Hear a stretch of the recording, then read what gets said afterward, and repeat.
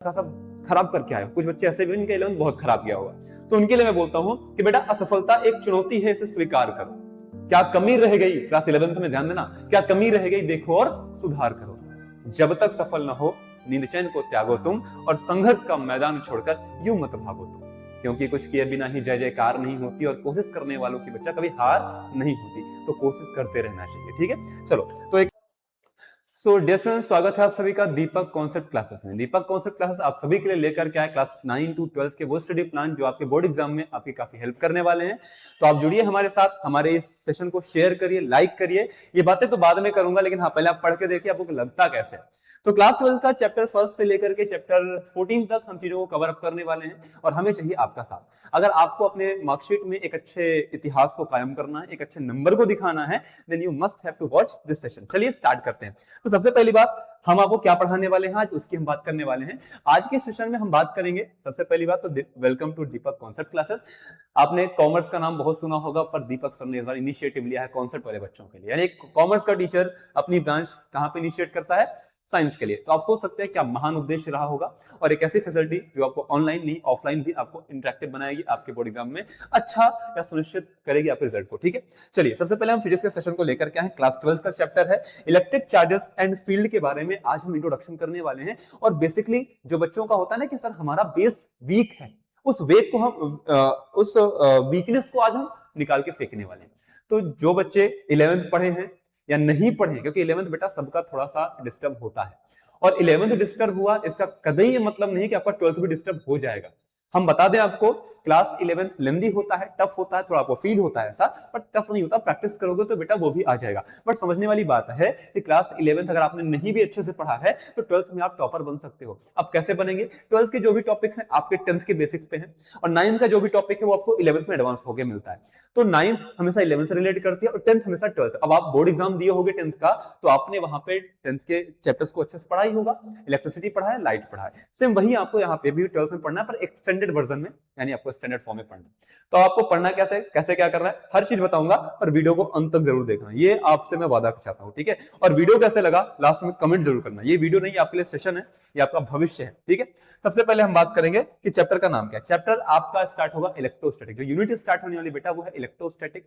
समझेंगे पहले इलेक्ट्रोस्टैटिक है क्या। ठीक है, ठीक उससे पहले चीजों को ओवरव्यू करते हैं। तो चैप्टर का नाम है इलेक्ट्रिक चार्जेस एंड फील्ड, और ये जो चैप्टर है आपका बच्चा ध्यान दीजिएगा, ये जो चैप्टर है आपका ये इलेक्ट्रोस्टैटिक नाम की ब्रांच में आता है। किसमें? इलेक्ट्रोस्टैटिक्स नाम की ब्रांच में आता है। तो सबसे पहले हम उस वर्ड को डिफाइन करेंगे कि इलेक्ट्रोस्टैटिक होता क्या है। कई बच्चे इलेक्ट्रोस्टैटिक को समझ नहीं पाते, तो उस नासमझी बात को समझने का पूरा प्रयास करेंगे। ठीक है, हाँ थोड़ा सा सर कट रहा होगा तो प्लीज उसको इग्नोर करिएगा। ठीक है, क्योंकि आपको मेरे सर से मतलब नहीं, आपको मतलब किससे? अपने चैप्टर से, अपने टॉपिक से, वो आपको क्लियर दिखना चाहिए। ठीक है, हमारा उद्देश्य भी बेटा वही है कि आपको चीजें क्लियरली दिखें।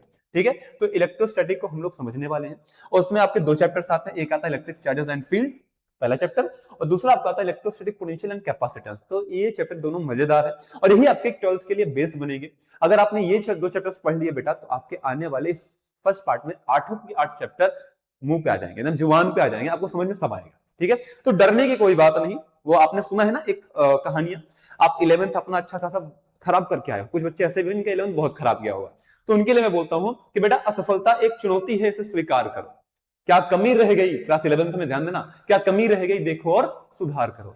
जब तक सफल न हो नींद चैन को त्यागो तुम, और संघर्ष का मैदान छोड़कर यूं मत भागो तुम। क्योंकि कुछ किए बिना ही जय जयकार नहीं होती, और कोशिश करने वालों की बच्चा कभी हार नहीं होती, तो कोशिश करते रहना चाहिए। ठीक है, चलो तो एक नई कोशिश नए क्लास में नए सेशन में स्टार्ट करते हैं। इंट्रोडक्शन में हम क्या पढ़ने वाले हैं, हमारा एक एल्गोरिथम है, आप उसको समझिए। सबसे पहले बेटा हम जानने वाले हैं कि इलेक्ट्रिक चार्ज क्या होता है। तो उस चार्ज के बारे में कुछ यहाँ पे आपको इंट्रोडक्शन दे रखा है कि electric charges are fundamental properties of matter. तो ठीक है, ये तो आपको पीपीटी बन के रखिए, पर आपको हम वो पढ़ाने वाले हैं जो टीचर पढ़ाता है। तो पीपीटी से तो मैं नहीं पढ़ाता, मेरी एक आदत है, मैं पीपीटी का यूज नहीं करता हूं कि आपको क्लैरिफाई कर सकूं, मैं आपको क्लियर कर दूं कि मैं पीपीटी का यूज बच्चा नहीं करने वाला हूं। ठीक है, कब यूज करूंगा? जब क्वेश्चन आएंगे, जब चैप्टर का रिवीजन चलेगा। तो सबसे पहले आपको समझना है कि इलेक्ट्रोस्टैटिक्स क्या होता है। इलेक्ट्रोस्टैटिक्स आपका होता क्या है, आपको सबसे पहले ये टर्म को क्लियर करना है। और इस टर्म को आप क्लियर करें बेटा, आपको सबसे पहले यह समझना होगा कि मैकेनिक्स क्या होता है। क्या होता है? मैकेनिक्स आपका क्या होता है। क्योंकि अगर आपने मैकेनिक्स को समझा तो आपको इलेक्ट्रोस्टैटिक भी समझ में आने वाला है। सर ये कौन सी बात कर रहे हैं, मैकेनिक्स कहां से आ गया, आज तक तो सुना ही नहीं। बेटा ये मैकेनिक्स आपको 11th में पढ़ाया गया था, पर आपने वहां पर ध्यान नहीं दिया था, शायद टीचर ने नहीं बताया, शायद आप स्कूल लेट से गए, इसलिए आपको मैकेनिक्स नहीं समझ में आई। पर आज हम मैकेनिक्स को क्या करने वाले हैं, ओपन करने वाले हैं, इस सीक्रेट को ओपन करने वाले हैं। कि आपको एक बात बता दूं बेटा, जिस बच्चे को न्यूमेरिकल में परेशानी होती है, दिक्कत होती है, वो एक बात रट ले कि उसको प्रॉब्लम केवल एक जगह हुई होगी। वो न्यूमेरिकल में अगर उसको दिक्कत हुई है, अगर उसका न्यूमेरिकल खराब हुआ है, तो वो केवल और केवल मैकेनिक्स की देन है। अगर आपने मैकेनिक्स पढ़ी होती तो न्यूमेरिकल कभी खराब ही ना होता। न्यूमेरिकल में भाई क्या पूछता है, फोर्स पूछेगा, आपका वेलोसिटी पूछेगा, एक्सेलरेशन पूछेगा, ये सब चीजें न्यूमेरिकल की ही तो थी। पर ये खराब क्यों हुई, मैकेनिक्स की वजह से। क्योंकि हमें कभी सिखाया नहीं गया कि मैकेनिक्स होता क्या है, मैकेनिक्स का मतलब क्या है, क्यों इंपॉर्टेंट है मैकेनिक्स। ठीक है, अब यहाँ पे मैकेनिक्स के फादर तो है आपके न्यूटन बाबा। कहोगे सर हमें न्यूटन नहीं बनना, हमें तो केवल 12th क्लियर करना है। हाँ सही बात है, आपको न्यूटन नहीं बनना, आपको 12th क्लियर करना है। तो 12th क्लियर करने के लिए न्यूटन की चीजों को पढ़ना पड़ेगा। मैं एक लाइन लिखूंगा, आप समझ जाओगे मैकेनिक्स क्या है। मैकेनिक्स के बारे में बस एक ही बात लिखूंगा, आप समझ जाना कि मैकेनिक्स का मतलब क्या है। मैकेनिक्स इज द जान ऑफ फिजिक्स। अब इससे आप क्रिएट कर सकते हो, आपकी जान क्या है, वो मैडम होंगी, किसी के सर होंगे, है ना। तो जान की जब बात आती है तो आप लोग बहुत कुछ सोचते हो। वैसे फिजिक्स भी भाई अपनी एक लिमिटेड है, अपना एक, अगर फिजिक्स को हम क्या करते हैं, मानवीकरण करते हैं, तो भैया यहाँ पे आपका मैकेनिक्स क्या बनती है, फिजिक्स की जान, रीढ़ की हड्डी है मैकेनिक्स फिजिक्स की, और सबसे ओल्डेस्ट ब्रांच भी है। मजेदार बात यह है, अगर आपने मैकेनिक्स को पढ़ लिया, बेटा एक बात पॉइंट करके नोट कर लो, फिजिक्स समझनी है तो मैकेनिक्स को आना चाहिए। मैकेनिक्स पढ़ने के लिए आपको न्यूटन बाबा को पढ़ना पड़ेगा, और न्यूटन बाबा को पढ़ने के लिए आपको टीचर की सहायता लेनी पड़ेगी। तो मैकेनिक्स को पढ़ लिया तो फिजिक्स का जिंगलाला हो जाना है। फिजिक्स के सारे क्वेश्चन, सारे न्यूमेरिकल आप सॉल्व करके आने वाले हो, आपको कुछ भी फंसने वाला नहीं। पर मैकेनिक्स आपको आनी चाहिए। मैकेनिक्स का मतलब क्लास 11 की फर्स्ट पार्ट पूरी। अब आपको फर्स्ट पार्ट पूरी अगर आएगी तो मैकेनिक्स ही है पूरी, अब उसमें आपको कोई समस्या नहीं होगी। तो चलिए स्टार्ट करते हैं। लेकिन क्लास 11 अगर आपने नहीं पढ़ा है, फिर भी अगर आपने नहीं पढ़ा है बेटा, फिर भी मैं कह रहा हूं कि आपको 12th में डरने की जरूरत नहीं है। क्लास 11 में पढ़ाई अच्छी नहीं हुई है तो कोई बात नहीं, मत डरो। दीपक कॉन्सेप्ट क्लास आपके सॉल्यूशन लेके आया है, आपको ऐसा पढ़ाया जाएगा जो आपको 12th में हुबहू क्वेश्चन देखने को मिलेंगे, ये मेरा वादा है। चलिए अगर हम क्लास 11 की बात करें तो मैकेनिक्स की बात, 11th को हम भूल जाते हैं कुछ देर के लिए, हम सीधा मैकेनिक्स की बात यहाँ पे करने वाले हैं। किसकी बात करेंगे बच्चा, मैकेनिक्स हमारी है क्या। अगर हम मैकेनिक्स की बात करें तो मैकेनिक्स, सबसे पहली बात ये क्या है, आपकी ओल्डेस्ट ब्रांच ऑफ फिजिक्स। ये क्या है बच्चा, ओल्डेस्ट ब्रांच ऑफ फिजिक्स। ये फिजिक्स की सबसे पुरानी शाखा है। ठीक है, ये बात ध्यान रखिएगा। अब ये ओल्डेस्ट ब्रांच ऑफ फिजिक्स है जो हमें ये सिखाता है किसी बॉडी के मोशन के बारे में या उसके रेस्ट के बारे में। अगर कहा जाए तो फिजिक्स में बॉडी के पास दो ही स्टेट होते हैं, कितने, मोशन और रेस्ट। तो बॉडी के स्टेट के बारे में बताएगा, और बॉडी का वो स्टेट किस कॉज की वजह से आया है उसकी स्टडी कराएगा हमें मैकेनिक्स। मैकेनिक्स का मतलब मोशन, रेस्ट एंड कॉजेस। मतलब आप कह सकते हो mechanics is the oldest branch of physics in which we study about the condition of a state of rest और motion and their causes of any body. किसी भी वस्तु के मोशन, रेस्ट, या फिर किस वजह से बॉडी रेस्ट या मोशन में आई, उस कॉज की स्टडी जहां पर करते हैं उसे अपन मैकेनिक्स के नाम से जानते हैं। और यही कॉज बेटा आगे चल के आपका क्या कहलाता है, बहुत बड़े भाई साहब बनते हैं जिनका आप पूरा स्टडी करते हो, जिनके बिना तो जीवन असंभव सा लगता है, और जीवन क्या, पूरी फिजिक्स असंभव सी लगती है, फोर्स। तो यही कॉज आगे चल के फोर्स बनेंगे, और यही फोर्स अगर देखा जाए तो पूरे पृथ्वी नहीं, पूरे यूनिवर्स की उत्पत्ति का कारण भी है, क्योंकि आपने फंडामेंटल फोर्सेस के बारे में पढ़ा होगा। किसके बारे में बेटा, फंडामेंटल फोर्सेस के बारे में। ये इंट्रोडक्टिव क्लास है, यहाँ पे थ्योरी नहीं, आपको कुछ चीजें पीछे से रिलेट कराऊंगा जो आपने नहीं पढ़ी है, वो आपको समझ में आ जाएंगे। अगर आपको कहीं डाउट होता है तो आप बेसिकली आप हमें कमेंट कर दीजिएगा, जिस टॉपिक में डाउट होगा अगर आप वो कमेंट करेंगे तो हम पूरा ट्राई करेंगे आपको वो टॉपिक प्रोवाइड कर दें। ठीक है, और कमेंट के अगले दिन वो टॉपिक मिलेगा, ये मेरा वादा है। ठीक है, देखिए फंडामेंटल फोर्सेस की अगर हम बात करते हैं तो आपके पास 4 फोर्सेस हैं। ठीक है, चारों फोर्सेस को समझिएगा। ठीक, आपके पास 4 फंडामेंटल फोर्सेस है। फर्स्ट है आपका स्ट्रॉन्ग न्यूक्लियर फोर्स, जो पहला फोर्स है आपका स्ट्रॉन्ग न्यूक्लियर फोर्स है। दूसरा फोर्स आपका जो है इलेक्ट्रोमैग्नेटिक फोर्स है, इलेक्ट्रोमैग्नेटिक फोर्स, मैग्नेटिक फोर्स। और तीसरा फोर्स आपका है weak nuclear force, weak nuclear force. और चौथा मैंने एक ऑर्डर में रखा है इनको, ग्रेविटेशनल फोर्स। क्या है बेटा, ग्रेविटेशनल, ग्रेविटेशनल फोर्स। ये सभी फोर्सेस, ये 4 फंडामेंटल फोर्सेस ही हैं जो पूरे यूनिवर्स को चला रहे हैं। अगर ये फोर्सेस ना हो तो यूनिवर्स शायद डिस्ट्रॉय हो जाए। अब यही 4 फंडामेंटल फोर्सेस फिजिक्स में डिफाइंड है जो किसी यूनिवर्स को रन कर रहे हैं। 4 फंडामेंटल फोर्सेस में सबसे स्ट्रॉन्ग, सबसे ज्यादा पावर कैरी करने वाला स्ट्रॉन्ग न्यूक्लियर फोर्स है जो न्यूक्लियर साइज के अंदर लगता है। न्यूक्लियर साइज बोले तो भैया आपका 10 टू द पावर -15 मीटर से कम वाली जो magnitude, order of magnitude carry करते हैं, ठीक है। इलेक्ट्रोमैग्नेटिक फोर्स, न्यूटन, ये न्यूक्लियर साइज के बाद जो फोर्सेस आते हैं आपके, सेकंड लार्जेस्ट या स्ट्रॉन्गेस्ट फोर्स कौन सा है? Electromagnetic force. And the third strongest force आपका वीक न्यूक्लियर फोर्स, और सबसे गरीब फोर्स यानी सबसे कमजोर फोर्स ग्रेविटेशनल फोर्स। अब कहोगे सर ग्रेविटेशनल फोर्स कब से गरीब हो गया? क्योंकि ग्रेविटेशनल फोर्स पर तो धरती टिकी है और धरती पर हम टिके हुए हैं और हम हैं, तो ग्रेविटेशनल फोर्स कमजोर कैसे हुआ? तो बेटा धरती का अगर फोर्स, ग्रेविटेशनल फोर्स ज्यादा होता तो आपकी शरीर फट के अलग हो गई होती, क्योंकि आपके पास स्ट्रॉन्ग न्यूक्लियर फोर्स है जिसकी वजह से आपके शरीर का एक ढांचा मौजूद है। अगर इसको जानना है तो बायोलॉजी में जाके जानना है, ठीक है, समझ गए। तो आपके पास 4 फोर्सेस हैं जो आपके पूरे यूनिवर्स को चला रहे हैं, ठीक है। अब इन्हीं चारों फोर्सेस में आज हम पढ़ने वाले हैं इलेक्ट्रोमैग्नेटिक फोर्सेस के कुछ पोर्शन को पढ़ने वाले हैं, ठीक है। क्वांटम फिजिक्स पढ़ेंगे तो न्यूक्लियर फोर्स की स्टडी करेंगे। वीक न्यूक्लियर फोर्स की स्टडी केमिस्ट्री में already sir reaction, rate of reaction वगैरह में करा देते हैं केमिस्ट्री वाले गुरुजी। ग्रेविटेशनल फोर्स 11th में पढ़ा दिया गया था, 9th में पढ़ाया गया था, पढ़े तो ठीक, नहीं पढ़े तो कोई बात नहीं, और ठीक है। चलो अब यहाँ पे आगे बढ़ते हैं, थोड़ा सा मैकेनिक्स की बात करते हैं। मैकेनिक्स में बेटा हमने क्या सीखा? मैकेनिक्स का मतलब motion, rest and their causes. Motion के बारे में स्टडी होगी, रेस्ट के बारे में स्टडी होगी और उनके कॉजेस की स्टडी होगी। और एक सबसे बड़ी बात, मैकेनिक्स की 3 ब्रांच और आती हैं। ब्रांचेस ऑफ मैकेनिक्स की बात करें तो 3 ब्रांच और आती हैं। पहला आता है आपका स्टैटिक्स। पहला क्या आता है बेटा? स्टैटिक्स। दूसरा आपका आएगा काइनेमेटिक्स। क्या आएगा? Kinematics. And the third one but not last, आप कह सकते हो थर्ड जो आपकी ब्रांच आएगी वो डायनेमिक्स है। वो क्या है बच्चा? डायनेमिक्स है। अब ये 3 ब्रांचेस आपके सामने हैं। सर 11th क्यों पढ़ा रहे हो? 12th की क्लास है। बिल्कुल बच्चा 12th की क्लास है, आई अप्रिशिएट, ठीक है, बट यहाँ पे थोड़ा ध्यान दीजिए। स्टैटिक का ये जो वर्ड है स्टेशनरी से निकला है। कहां से निकला है? स्टेशनरी से। स्टेशनरी का मतलब होता है बेटा रेस्ट। क्या होता है? रेस्ट। और रेस्ट का मतलब होता है रुका हुआ। क्या होता है? हिंदी में लिख रहा हूं तो इसका मतलब नहीं कि हिंदी पढ़ा रहा हूं, तुम्हें समझा रहा हूं, ठीक है। काइनेमेटिक्स का मतलब होता है काइनेमा, यानी काइनेमेटिक्स जो वर्ड निकला है काइनेमा से निकला है, और काइनेमा एक तरह का ग्रीक वर्ड है, ठीक है। और काइनेमा का मतलब होता है बेटा टू मूव। इसका मतलब क्या होता है? टू मूव, यानी मूव करना, मोशन करना, यानी कह सकते हो मोशन कह सकते हो, ठीक है, यानी गति कह सकते हो। क्या कह सकते हो? गति। और इसको बेटा हम विराम कह सकते हैं, गति और विराम, समझ गए। फिर आता है डायनेमिक्स। डायनेमिक्स अगर थोड़ा सा देखा जाए तो डायनेमिक्स नामक शब्द से निकला है। कहां से निकला है? डायनेमिक्स नामक शब्द से, जिसका मतलब बेटा होता है पावर। पर पावर फिजिक्स में एक अनदर कंसेप्ट है, इसलिए डायनेमिक्स का मतलब पावर नहीं समझेंगे, एक स्ट्रेंथ समझेंगे। क्या आप समझेंगे? स्ट्रेंथ, शक्ति है जिसकी वजह से इलेक्ट्रिक फोर्सेस या फोर्स लगता है, ठीक है।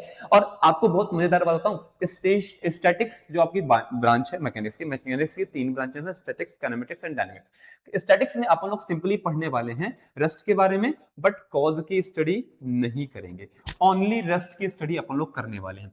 तो static is the branch of mechanics in which we study about the condition of rest of any object without considering their cause, यानी स्टैटिक में कॉज की स्टडी बैन है, ठीक है। फिर आता है काइनेमेटिक। काइनेमेटिक्स में काइनेमा नामक सबसे काइनेमेटिक्स बना है, और काइनेमा का मतलब मेरा बच्चा होता है टू मूव, यानी मूव करना, यानी मोशन करना। और इस में हम मोशन की स्टडी तो करेंगे, यानी मोशन की कंप्लीट स्टडी करेंगे, बट यहां पर भी हम बेटा कॉज की स्टडी नहीं करने वाले, ये बात दिमाग में रखिएगा। फिर आता है बेटा डायनेमिक्स। आपने डायनेमिक्स की बात करें, डायनेमिक्स आता है।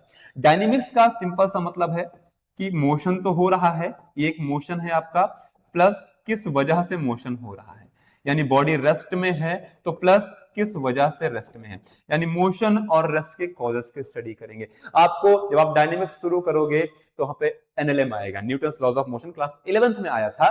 तो वहां पे न्यूटन बाबा कहते हैं कि a body at rest will remain at rest, एक बॉडी रेस्ट में है तो वो रेस्ट में ही बनी रहेगी। And a body in motion will continue its motion, अगर कोई बॉडी मोशन में है तो वो अपने कंटिन्यूअस मोशन को मेंटेन रखेगी। कब तक? जब तक उस पे कोई एक्सटर्नल एजेंसी आकर के हमला ना बोल दे। और यही एक्सटर्नल एजेंसी को हम कॉज के नाम से जानते हैं, यही कॉज को अपन लोग फोर्स के नाम से जानते हैं, ठीक है। न्यूटन बाबा ने फर्स्ट लॉ में हमें ये बताया था कि फर्स्ट लॉ में फोर्स क्या होता है, आइडेंटिफिकेशन ऑफ फोर्स कराया। सेकंड लॉ आता है F proportional to P by T, यानी आपका momentum with rate change in time, change of momentum with time, यानी rate of change of momentum की बात करते हैं, वहां पे कैलकुलेशन ऑफ फोर्स करते हैं। और कई बच्चे एफ बराबर एम ए रट के बैठे हैं, एफ बराबर एम ए हर जगह सही नहीं होता भाई, वो गलत हो जाता है। ठीक है, तो F बराबर ma हर जगह एप्लीकेबल नहीं है। फोर्स का फॉर्मूला किसी से पूछो, सर F बराबर ma, पर गलत है। मैं कह रहा हूं F बराबर ma गलत है, और आओ तुम मुझसे पूछने, मैं तुमको प्रूव भी करूंगा कि ये गलत क्यों है। ठीक है, अभी नहीं करूंगा, जब 11th पढ़ाऊंगा तब करूंगा। ठीक है, उसके बाद फिर आपके सामने आएगा third law of motion. Third law of motion में आपको पढ़ाया गया कि every action has equal and opposite reaction. इसका मतलब क्या होता है? टिट फॉर टैट नहीं भैया, इसका मतलब ये होता है नेचर ऑफ फोर्स को डिफाइन करना। ठीक है, नेचर ऑफ फोर्स क्या होते हैं समझ गए, तो उनको डिफाइन किया गया न्यूटन साहब के द्वारा थर्ड लॉ ऑफ मोशन में। तो तीन लॉ कंप्लीट ऐसे होते हैं, पहले में आइडेंटिफिकेशन फोर्स, दूसरे लॉ में आपको बताएगा calculation of force, and third law में आपको बताएगा नेचर ऑफ फोर्स। तो भैया आपको यहीं पे थोड़ा बहुत समझना है, ठीक है, फोर्सेस के बारे में स्टडी करना है। तो भैया डायनेमिक्स जो है आपकी कैसी ब्रांच है, जिसमें मोशन की बात करेंगे, रेस्ट की बात करेंगे, और किसकी वजह से कोई बड़ी रेस्ट है मोशन में, यानी एनएलएम को पूरा पढ़ने वाले हैं हम डायनेमिक्स।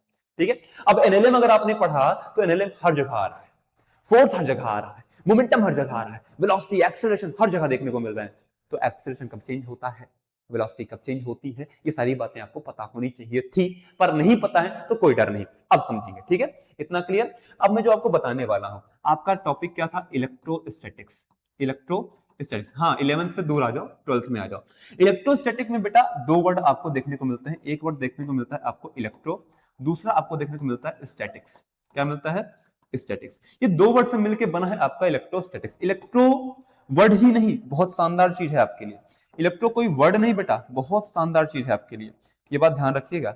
इलेक्ट्रो जो वर्ड है ये आपके लिए बहुत शानदार चीज रहने वाला है। ठीक है, अब इस इलेक्ट्रो वर्ड को अगर आप समझ पाए, इस इलेक्ट्रो वर्ड को अगर आपने समझा तो आपके लिए फायदा हो जाएगा। इलेक्ट्रो, तो ध्यान देना, कहीं पर भी अगर आपको इलेक्ट्रो, इलेक्ट्रा, इलेक्ट्री वर्ड देखने को मिल जाए, कहीं पर मतलब कहीं पर भी, ठीक है, अगर कहीं पर भी आपको इलेक्ट्रो, इलेक्ट्रा या फिर इलेक्ट्री वर्ड देखने को मिले तो इस बात का ध्यान रखिएगा, इस बात को आप ध्यान रखिएगा, इलेक्ट्रो, इलेक्ट्रा या इलेक्ट्री वर्ड, तो यहां पर आप इन सभी शब्दों को इलेक्ट्रॉन से निकले हैं, ये बात तो पता है, they are derived from electron, derived from बेटा इलेक्ट्रॉन, ये इलेक्ट्रॉन से डिराइव्ड हुए हैं। ठीक है, बट आप इन्हें इलेक्ट्रॉन नहीं कहेंगे, आप इन्हें क्या समझेंगे? चार्ज। आप क्या बोलेंगे?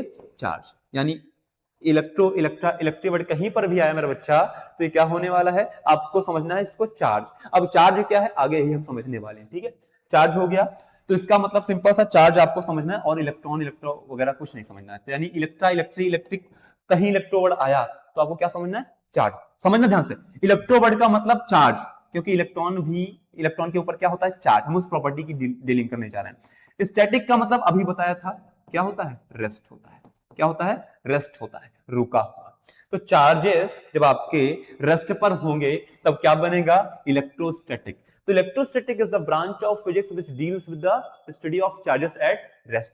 यानी जब चार्ज रेस्ट पर है, क्यों रेस्ट पर है ये नहीं पढ़ाया गया, रेस्ट पर है, उसके बाद क्या क्या फिनोमेना हुआ, इलेक्ट्रिक फील्ड बनी, पोटेंशियल क्रिएट हुआ, पोटेंशियल डिफरेंस को पढ़ा, चार्जेस के फील्ड में हम दूसरे चार्ज को लेकर के आते हैं, पोटेंशियल ग्रेडियंट को पढ़ा, काफी चीजें पढ़ेंगे। ठीक है, तो वही जब चार्ज रेस्ट पर है तो कौन कौन सा फिनोमेना पढ़ने वाले हैं, उसकी study is called electrostatics. Electrostatic is the branch of physics which deals with the study of charges at rest. इतना क्लियर हुआ? तो क्लियर हुआ, थोड़ा सा आगे बढ़ लेते हैं। ठीक है, अब इलेक्ट्रोस्टैटिक में हम चार्जेस एट रेस्ट की बात करेंगे तो सबसे पहले इस चैप्टर में आपको समझना पड़ेगा भैया ये चार्ज होता क्या है, ये कौन सी बला है जो हमें परेशान करके रखी है। तो आज बच्चों से पूछो चार्ज क्या होता है तो वो नाम लेते हैं सर इलेक्ट्रॉन, सर प्रोटॉन। क्या ये चार्ज होते हैं बच्चा? नहीं। आज हम चार्ज को रिवील करने वाले हैं, चार्ज को रिवील करने वाले हैं। ये बहुत बड़ा कॉन्सेप्ट है, कई बच्चे अभी 12th में हैं पर बेटा उनको चार्ज की डिफिनेशन भी नहीं पता, बड़ी शर्म की बात है। शर्म, बच्चों के लिए शर्म की बात नहीं है, ये उन टीचर्स, उन पेरेंट्स के लिए शर्म की बात है कि उनके बच्चे को चार्ज क्या होता है ये नहीं पता। बट कोई बात नहीं, जो गलतियां थी भूल जाओ, है ना, बीते कल को भूल जाओ, आने वाला आएगा। पर बीते कल को अगर आपने याद किया तो आने वाला कल उससे प्रभावित हो जाएगा। तो बीते कल को याद नहीं करना बच्चे, हमें अपने आने वाले पर फोकस करना है, और वो फोकस प्रेजेंट से बनाना है। ठीक है, तो भैया देखो चार्ज क्या है, उसको रिवील करने से पहले मैं तुमको क्लास 9th में ले चलना चाहूंगा। हाँ सर, आप एकदम 9th से नहीं, 10th से नहीं, कहीं भी कूद जा रहे हैं 11th में, आपके मन में प्रश्न आ रहे होंगे, बट आपको इन प्रश्नों को इग्नोर करना है, मुझे भी इग्नोर ही करना है बेटा। तो ये 9th में मैं क्यों कूदा उसको समझिएगा। 9th में आप सबने एक चैप्टर पढ़ा, मैटर इन आवर सराउंडिंग। क्या पढ़ा बच्चा? Matter in our surrounding. ठीक है, तो मैटर में आपको मैटर क्या होता है आपने दो बातों से डिफाइन किया, जिसके पास मास होगा प्लस जिसके पास वॉल्यूम होगा। मैटर आपने किसको बोला? Any substance which has mass and occupies some space is known as matter. तो भैया केमिस्ट्री क्यों घुसा रहे हो सर? आपके मन में प्रश्न होगा तो मैं आपको बता दूं, यहीं से चार्ज समझाने वाला हूं आपको। क्लास 9th में आपको चार्ज पता चल जाना चाहिए था, पर अनफॉर्चुनेटली आपको पता नहीं चला। तो कोई बात नहीं, हम है आपके सामने, क्योंकि आपको भी छोटी क्लास होती है, डर लगता रहता है। तो मैटर का मतलब होता है मास एंड वॉल्यूम। तो भैया आप यही जानते हो कोई चीज मैटर कब बनती है। और आपको एक बात वहां पर और लिखी गई थी, आपने देखा होगा वो डायग्राम कि एक आदमी टुकड़े करता रहता है ईंटों के, है ना, टुकड़े कर रहा होता है और छोटे टुकड़े से घूम घूम के डायग्राम एनसीईआरटी में बनाई है, ठीक है। तो वहां पे एक बात और लिखी थी कि matter is made up of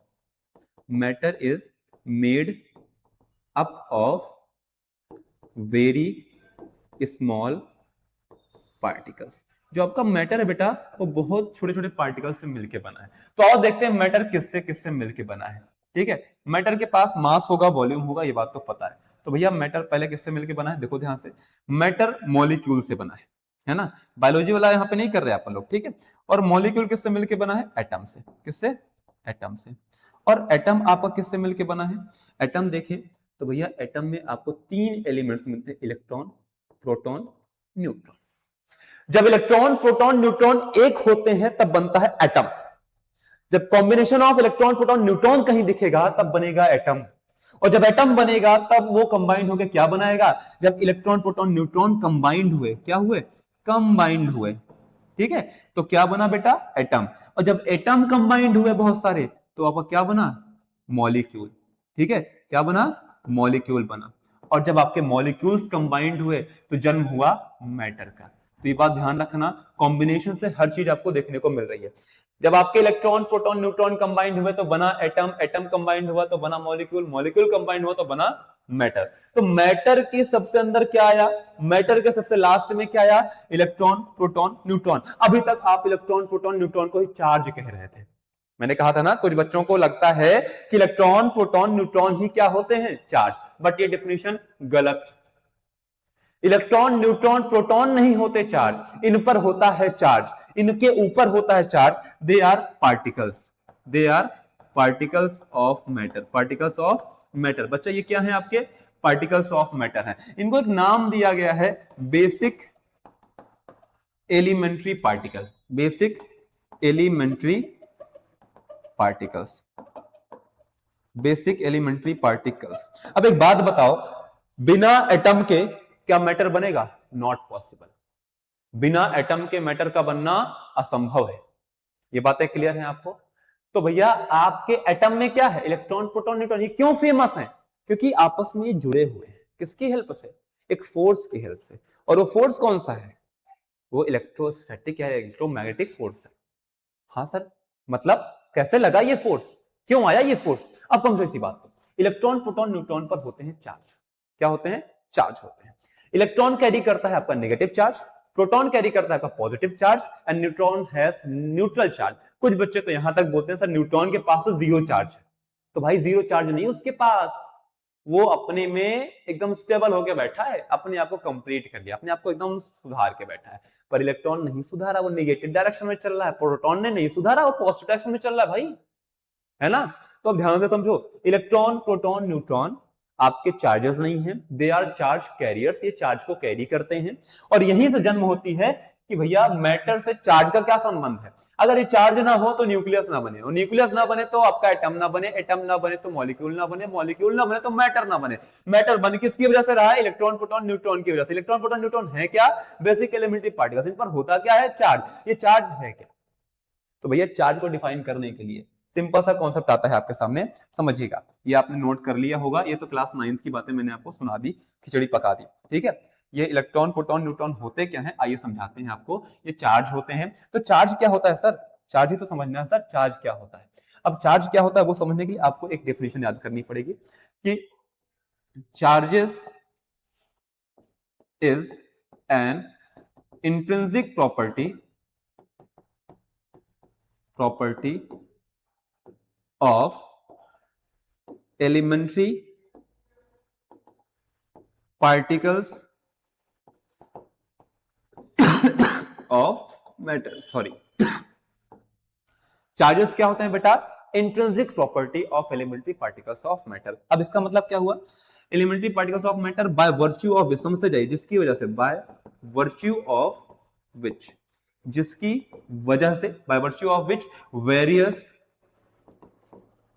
electro, केवल इलेक्ट्रो लिख के नहीं छोड़ूंगा, इलेक्ट्रोमैग्नेटिक फोर्सेस, आप आगे समझोगे इसको, मैग्नेटिक फोर्सेस टेक्स प्लेस, यानी आपके जो चार्ज होते हैं ये इंट्रिंसिक प्रॉपर्टी ऑफ क्या होते हैं बेटा, मैटर की ये इंट्रिंसिक प्रॉपर्टी है। इस लाइन को ध्यान दो, इस लाइन को ध्यान दो। चार्जेस का मतलब क्या होता है, they are the intrinsic property. Intrinsic का मतलब हिंदी में समझाता हूं, अंतरिम होता है। क्या होता है, अंतरिम। अंतरिम का मतलब तुम्हें शायद इससे बेहतर और कोई नहीं बता पाएगा। अंतरिम का मतलब बेटा सबसे अंदर वाली प्रॉपर्टी। मैटर के सबसे अंदर था इलेक्ट्रॉन, प्रोटॉन, न्यूट्रॉन, उस पर क्या था, चार्ज। और चार्ज क्या है, किसी मैटर की इंट्रिंसिक प्रॉपर्टी है। किसकी, basic elementary particles of matter. Elementary particles of matter, elementary particles वो इकलौते पार्टिकल जो मैटर को बनाने के जिम्मेदार होते हैं। एलिमेंट्री पार्टिकल्स की क्या है, सबसे इंट्रिंसिक प्रॉपर्टी, अंदर वाली प्रॉपर्टी है किसकी, एलिमेंट्री पार्टिकल्स ऑफ मैटर। और यही जिम्मेदार है एटम का फॉर्मेशन, मॉलिक्यूल का फॉर्मेशन एंड मैटर का फॉर्मेशन। तो भैया आपका चार्ज क्या है, इंट्रिंसिक प्रॉपर्टी, मैटर की सबसे अंदर वाली प्रॉपर्टी है, जिसकी वजह से, बाय वर्च्यू ऑफ विच का मतलब एक फ्रेज है, जिसकी वजह से अलग अलग प्रकार के इलेक्ट्रोमैग्नेटिक फोर्सेस आपको अपने अस्तित्व में, आपके अपने ब्रह्मांड में, आपको अपने प्रकृति में देखने को मिलते हैं। ठीक है, तो भैया इस चार्ज की वजह से ही आपको electric force plus magnetic force देखने को मिलता है। और जब कहीं पर इलेक्ट्रिक फोर्स भी हो और मैग्नेटिक फोर्स भी हो कंबाइंड फॉर्म में, तो बेटा उस टर्म को हम बोलते हैं लॉरेंज फोर्स। क्या बोलते हैं, लॉरेंज फोर्स। इसका कॉन्सेप्ट भी आगे आएगा तो पढ़ेंगे। मैंने कहा ना, जो आने वाला है वो तो आएगा, जो आने वाला है वो तो आके रहेगा। ठीक है, पर जाने वाला कोई रोक नहीं पाएगा, ये भी समझ लेना। ठीक है, तो समझो चार्ज क्या है, intrinsic property of elementary particles of matter by virtue of which various electromagnetic forces takes place in our nature, आप कह सकते हो। ठीक है, इतना क्लियर हुआ। चलो अब थोड़ा सा बूस्ट अप करते हैं। चार्ज को बेटा अपन लोग कैपिटल क्यू और कभी कभी वर्मा सर ने अपनी किताब में छुटका क्यू से रिप्रेजेंट किया है। छुटका क्यू मींस स्मॉल क्यू। ठीक है, यू नो थोड़ा सा भाषा वो अवधि का यूज है, तो अवधि आई थिंक आप अंडरस्टैंड कर लोगे। जहां दिक्कत होगी कमेंट कर देना, हम उसको सुधार लेंगे। विश्वास मानो, I am a good learner, आपको निराश नहीं करूंगा। ठीक है, आप ही की तरह हूं, छोटा सा भाई आपका। ठीक है, चलो चार्ज की अगर हम बात करें तो चार्ज को हम क्यू से रिप्रेजेंट करते हैं और छोटा क्यू से भी इसको रिप्रेजेंट किया जाता है। अब चार्ज की अगर हम एसआई यूनिट की बात करें बेटा, किसकी, एसआई यूनिट की बात करें तो बेटा इसकी एसआई यूनिट होती है कूलॉम। क्या होती है, कूलॉम। कूलॉम साहब के ऊपर है ये। ठीक है, और इसको हम कैपिटल सी से रिप्रेजेंट करते हैं। कूलॉम एक बहुत बड़ी यूनिट होती है, तो आपको कभी कभी स्टेट कूलॉम भी देखने को मिलेगा। क्या देखने को मिलेगा, स्टेट कूलॉम भी देखने को मिलेगा। कभी कभी आपको माइक्रो कूलॉम, कभी कभी आपको बेटा मिली कूलॉम से भी सामना होगा। तो डरना मत, I am here for every type of Coulomb's. हम हर तरह के चार्ज के लिए यहाँ पे मौजूद हैं बेटा, आपको टेंशन नहीं लेने का।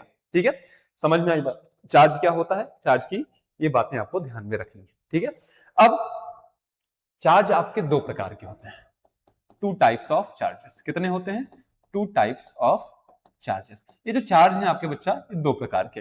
पहला प्रकार आपका होता है पॉजिटिव का, दूसरा होता है आपका नेगेटिव का। तो पॉजिटिव चार्ज को कैरी कौन करता है, कैरीड बाय आपका प्रोटॉन हो गया। ठीक, carried bye proton. Negative charge को कौन कैरी करता है, कैरीड बाय इलेक्ट्रॉन। ध्यान देना, इलेक्ट्रॉन या प्रोटॉन आपके चार्ज नहीं है बेटा। अब मैं तो आपको बता दूं, प्रोटॉन को मैं कहीं पी से भी रिप्रेजेंट कर सकता हूं या फिर ई के ऊपर प्लस लगा करके, और इलेक्ट्रॉन को मैं ई से भी रिप्रेजेंट कर सकता हूं ऊपर निगेटिव लगा कर। ठीक है, ये बात ध्यान रखिएगा। ठीक है, पॉजिटिव का रिप्रेजेंटेशन मैं ऐसे करता हूं और मैं यहां पर भी ऐसे करता हूं, तो प्लीज आप नाराज मत होइएगा, सर पता नहीं क्या घोष देते हैं, उसके लिए बिल्कुल नाराजगी नहीं। ठीक है, इतना क्लियर हुआ। चल, अब चार्ज आपके पास दो प्रकार के हैं, तो यहाँ पे एक नोट पॉइंट हम मेंशन करेंगे सर, जो आपके लिए नोट बनने वाला है कि भैया electrons and protons are not charges. ये इंपॉर्टेंट पॉइंट आपको दिमाग में रखने, electrons and protons are not charges, they are charge carriers. ये क्या है, चार्ज को कैरी करने वाले चार्ज कैरियर्स है। ये तो आपको पहला नोट पॉइंट ध्यान में रखना है। दूसरा भी ध्यान दो, न्यूट्रॉन हैज न्यूट्रल चार्ज। ये बात आपको दिमाग में रखना है कि न्यूट्रॉन के पास बच्चा क्या होता है, न्यूट्रल चार्ज होता है। क्या होता है, न्यूट्रल चार्ज। और ये आपको दिमाग में इसलिए रखना है, ठीक है, ये नॉट चार्जेस हैं, ये भी ध्यान रखना। Electron protons are not charges, they are charge carriers, ये पॉइंट याद रखना। न्यूट्रॉन न्यूट्रल चार्ज कैरी करता है। और मैथमेटिक्स में जब मैथमेटिकल टर्म में इसका यूज करते हो आप, फॉर कैलकुलेशन हम इसको जीरो मानते हैं। फॉर कैलकुलेशन, कैलकुलेशन हम इसको जीरो कंसिडर करते हैं। For calculation only. मैथमेटिक्स में न्यूट्रॉन लिख के तो सॉल्व करोगे नहीं बच्चा, है ना, जीरो मानते हैं। ठीक है, समझ गए? इतना क्लियर टाइप्स ऑफ चार्जेस में? कोई दिक्कत? कुछ बातें आपको ध्यान दिलाता हूं। चार्ज ऑन एन इलेक्ट्रॉन, एक इलेक्ट्रॉन पर चार्ज कितना होता है आपको पता है? नेगेटिव का चार्ज होता है 1.6 into 10 to the power -19 coulomb. कुछ डाटा याद रखिएगा, ठीक है। फिर आप बात करते हैं चार्ज ऑन अ प्रोटॉन, एक प्रोटॉन पर चार्ज कितने का होता है? तो प्रोटॉन की जब बात आएगी बेटा, यही पॉजिटिव का होता है, सेम मैग्नीट्यूड का, तो आसान है आपको याद करना। कभी कभी क्वेश्चन में न्यूट्रॉन पर चार्ज पूछेगा, किसकी बात पूछेगा? Charge on neutron. तो न्यूट्रॉन को हम n के ऊपर 0 से रिप्रेजेंट करते हैं, तो बेटा इसके पास होता है न्यूट्रल चार्ज। क्या होता है? Neutral charge. ये बात ध्यान रखिएगा। But for calculation we take 0। ठीक, कैलकुलेशन के लिए अपन लोग 0 मान के चलते हैं। ठीक, और आपको इसी चैप्टर में ये 3 पॉइंट तो याद रहेंगे भी, और 3 पॉइंट याद रखिएगा। मास ऑफ इलेक्ट्रॉन, इलेक्ट्रॉन की मास की बात करेगा तो 1.67 into 10 to the power -27, sorry ये तो प्रोटॉन का मास है, मिस्टेक हो गया। मास ऑफ इलेक्ट्रॉन की बात किया है 9.1 into 10 to the power -31 kilogram होता है बेटा। वहीं अगर आपसे पूछा कि मास ऑफ प्रोटॉन बताओ, तो भैया मास ऑफ प्रोटॉन आपका 1.67 into 10 to the power -27 KG होता है। वहीं अगर आपसे पूछ लिया मास ऑफ न्यूट्रॉन बताओ, तो बेटा आप इसको लिखेंगे 1.6 into 10 to the power -27 KG. यानी प्रोटॉन न्यूट्रॉन का मास लगभग सेम होता है, बट हम जब बात करते हैं इलेक्ट्रॉन की, तो इलेक्ट्रॉन मास में हल्का होता है एज कम्पेयर टू प्रोटॉन। ये डाटा अगर आपको याद रहेगा तो न्यूमेरिकल में आपको समस्या देखने को नहीं मिलेगी। अगर आपको समस्या देखना है तो आप यहां से इस डाटा को इग्नोर कर सकते हो। ठीक है, तो डाटा प्लीज बच्चा याद रखना, भूलना नहीं है। ठीक है, समझ गए? इतना क्लियर है? और चार्ज आपकी बेटा स्केलर क्वांटिटी होती है। कैसी क्वांटिटी होती है? Scalar quantity. अभी प्रॉपर्टीज की हम बात करने वाले हैं कि चार्ज आपकी कैसी क्वांटिटी होती है। तो आपको आई थिंक सारी चीजें क्लियर हो रही होंगी, और जब क्लियर हो रही होंगी तो आप अच्छे से कर भी ले जाओगे। वो कहते हैं ना कि कोशिश करने वालों की कभी हार नहीं होती, लहरों से डर के नौका पार नहीं होती।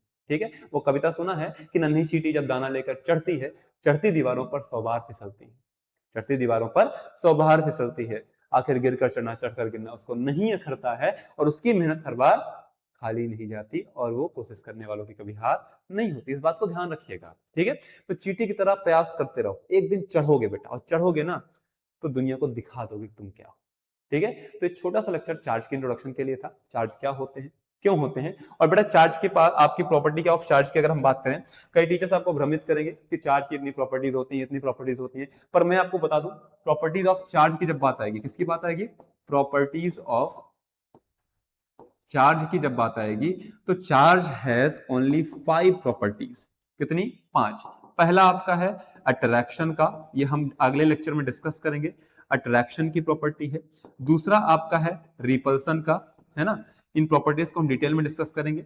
तीसरा आपका है एडिटिविटी का, हाँ थोड़ा सा स्पेलिंग में मुझे इशू आते हैं तो मे भी अगर गलत हो जाए तो प्लीज इग्नोर करिएगा। चौथा आपका है कंजर्वेशन का, कंजर्वेशन ऑफ चार्ज की हम बात करेंगे। ऑन द लास्ट है आपका, पांचवा है आपका क्वांटाइजेशन का। किसका बेटा? क्वांटाइजेशन का। तो ये 5 प्रॉपर्टी आपको पढ़नी है, और स्टार्टिंग की 2 प्रॉपर्टी तो आपकी कमाल की है, इन्हें फंडामेंटल लॉ ऑफ चार्ज के नाम से नवाजा गया है। फंडामेंटल लॉ ऑफ चार्ज, यानी चार्जेस के क्या हैं? फंडामेंटल लॉज है। आई थिंक आपको ये बातें क्लियर हो गई। तो इन प्रॉपर्टीज को हम नेक्स्ट लेक्चर में पढ़ने वाले हैं। किसमें? नेक्स्ट लेक्चर में इनको हम पढ़ने वाले हैं, तो कहीं भागिएगा मत, नेक्स्ट लेक्चर का वेट करिएगा। मे भी आपको अगले दिन आपको नेक्स्ट लेक्चर आपका मिल जाए। टॉपिक हमें क्या कवर करना है कि इलेक्ट्रिक चार्ज, और नेक्स्ट लेक्चर में हम बेटा पूरा प्रयास करेंगे कि टॉपिक कवर हो जाए हमारा nature of electric charge, positive negative वगैरह वगैरह, यानी पूरा चार्ज की स्टडी खत्म कर दें प्रॉपर्टीज को पढ़ करके। फिर इसी में बीच में एक छोटा टॉपिक आएगा चार्जिंग क्या होता है। ठीक है, चार्जिंग के मेथड्स की स्टडी करेंगे, फ्रिक्शन होता है, कंडक्शन होता है, इंडक्शन होता है। फिर पढ़ेंगे कूलॉम साहब के लॉस को, इसमें forces between two point charges, forces between two point charges की अपन लोग स्टडी करेंगे, ठीक है। दो पॉइंट चार्ज के बीच फोर्स क्या लग रहा होता है, electric field and electric field lines क्या होती है, इनकी प्रॉपर्टीज क्या होती हैं, electric dipoles most important topics है आपके लिए, electric flux and Gauss law, ये तो टॉपिक लास्ट है। यानी आपको बता दें ये जो चैप्टर आपका फर्स्ट है इलेक्ट्रिक चार्जेस एंड फील्ड, ये दो पार्ट में डिवाइड हुआ है। फर्स्ट पार्ट आपका जाता है कूलॉम साहब को क्रेडिट पूरा, कूलॉम साहब को, and the second part goes through, किसको जा रहा है second part, sorry second part आपको पूरा जा रहा है आपके गॉस साहब को। तो कूलॉम्स लॉ में जहां लिमिटेशंस आई, वहीं पे कूलॉम साहब जहां पे लिमिट कर गए, जहां वो फेल हो गए, वहां पे गॉस साहब आकर के चीजों को इंप्लीमेंट कर देते हैं और हमारे लिए पढ़ाई को आसान बनाते हैं। तो आपका चैप्टर दो पार्ट में डिवाइडेड है बेटा, Coulomb's law and Gauss law को। तो आप यहां तक तो आप जो पढ़ोगे कूलॉम्स लॉ के अकॉर्डिंग, इसके बाद जो भी पढ़ोगे गॉस लॉ के अकॉर्डिंग, तो आप उसके लिए प्रिपेयर रहिएगा पहले से, मैं आपको इन्फॉर्म कर दे रहा हूं। एंड देन आपके सामने कुछ चीजें आएंगी और उनको जान लीजिए। डेली लाइफ एप्लीकेशन देखा जाए तो इस चैप्टर का daily life application lightning protection. आपने बिल्डिंगों के बगल बहुत सारी चीजें ऐसे देखी होंगी कि रॉड जैसा लगा होता है, यानी जो आपकी बिजली, आकाशीय बिजली यानी लाइटिंग होती है, उससे बचाने के लिए आपका इलेक्ट्रोस्टैटिक का ही यूज करते हो। फोटोकॉपीज, कॉपियर्स एंड लेजर प्रिंटर्स में आपका इलेक्ट्रोस्टैटिक का ही यूज होता है बेटा। इलेक्ट्रोस्टैटिक स्प्रे आपके सामने आता है, पेंटिंग के लिए आता है। Torch, screens and air purifiers में इसका यूज होता है। ये डेली लाइफ के एप्लीकेशंस हैं। और आपको ध्यान रखना है कि electricity is not just energy, ये बात ध्यान रखिएगा। इलेक्ट्रिसिटी वर्ड को आप सिंपली समझ सकते हो सिटी ऑफ इलेक्ट्रॉन्स, क्या समझोगे, सिटी ऑफ इलेक्ट्रॉन्स, क्योंकि इलेक्ट्रॉन से बना इलेक्ट्रा, इलेक्ट्रा से बना, उसके बाद ऐड हुआ सिटी। सिटी का मतलब होता है शहर, इलेक्ट्रा का मतलब, इलेक्ट्रिक का मतलब होता है इलेक्ट्रॉन्स, और मैंने क्या बताया, चार्ज। तो सिटी ऑफ चार्जेस की हम स्टडी करते हैं इलेक्ट्रिसिटी में।